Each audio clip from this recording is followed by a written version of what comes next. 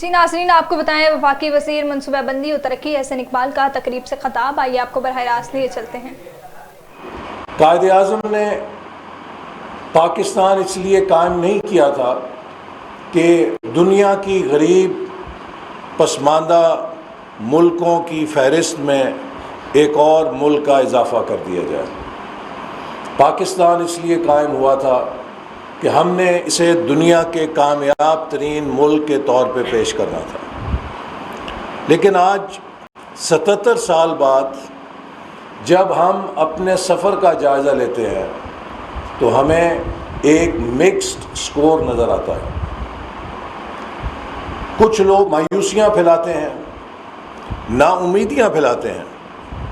मैं समझता हूँ कि पाकिस्तान जैसे मुल्क ने, जिसकी तारीख़ में कोई नज़ीर नहीं थी, इस मुख्तसर अरसे में जो कुछ हासिल किया है, दुनिया में शायद उसकी भी नज़ीर नहीं मिलती।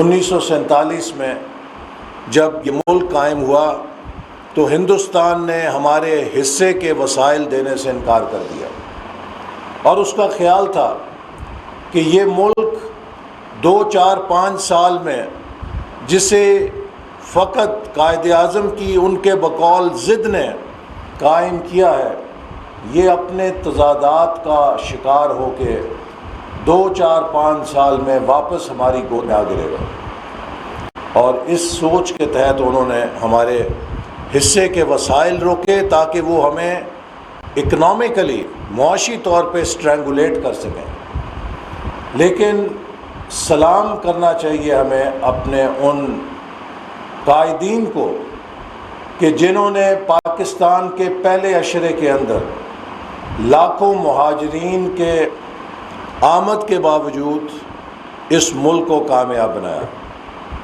और आज वो मुल्क कि जिसमें कागज़ जोड़ने के लिए दफ्तरों में कॉमन पेन नहीं थी, उसके दफ्तरों में दरख्त के कांटे कॉमन पेन के तौर पे इस्तेमाल किए जाते थे।